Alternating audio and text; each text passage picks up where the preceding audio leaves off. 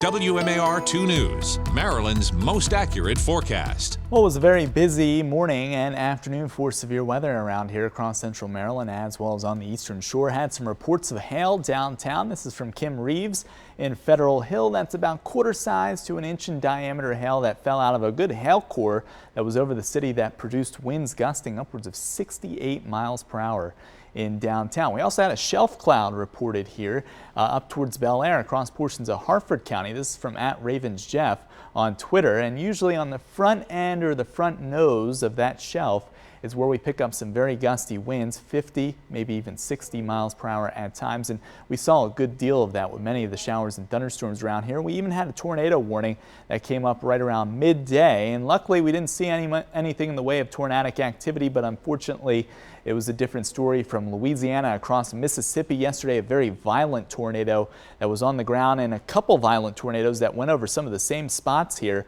on the ground across southern portions of Mississippi, northern Alabama last night in Chattanooga, very bad, and this morning in Charleston, South Carolina, very bad, with a large destructive tornado on the ground. Tornado emergencies were issued last night for those storms, and that same storm system plowed through our region here this morning into the afternoon hours. We saw the rain, which stabilized the atmosphere a good bit, but a little bit of sunshine and some wind shear aloft. If you notice those clouds moving in different directions earlier today, that's what helped got the storms going across the region. One little cell left just south of Easton out towards Tillman Island. All in all, that is about it. We did have a lot of rain around here today and had some flooding issues out towards the Essex and Rosedale area. A little bit of flooding up towards the Sparks and Glencoe area along Beaver Dam Road as well, down into portions of Cockeysville. Your usual suspect areas with 1 to 3 inches widespread across the region. Still dealing with some aerial flood warnings up there towards the Cockeysville area right along Beaver Dam Road. That will go until 6:45, and down towards the Pumphrey area back along the Patapsco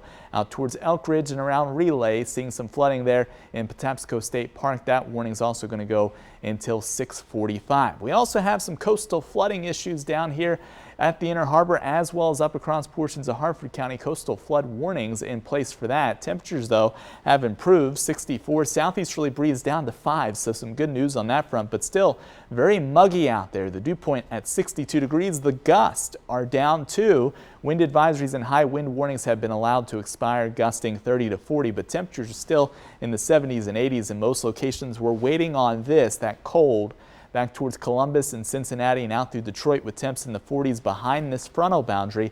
And that's going to deliver us a shot at a little bit of rain and snow as we get towards the middle of the work week. Now, not everybody will see the snowflakes. It'll be mainly off to the north and west of the city in those colder zones. Sunshine tomorrow, less wind for a change. There's your rain moving in late. And there's the snowflakage up towards the north and west across portions of Carroll County, northern Baltimore County, and then back up across portions of Frederick County.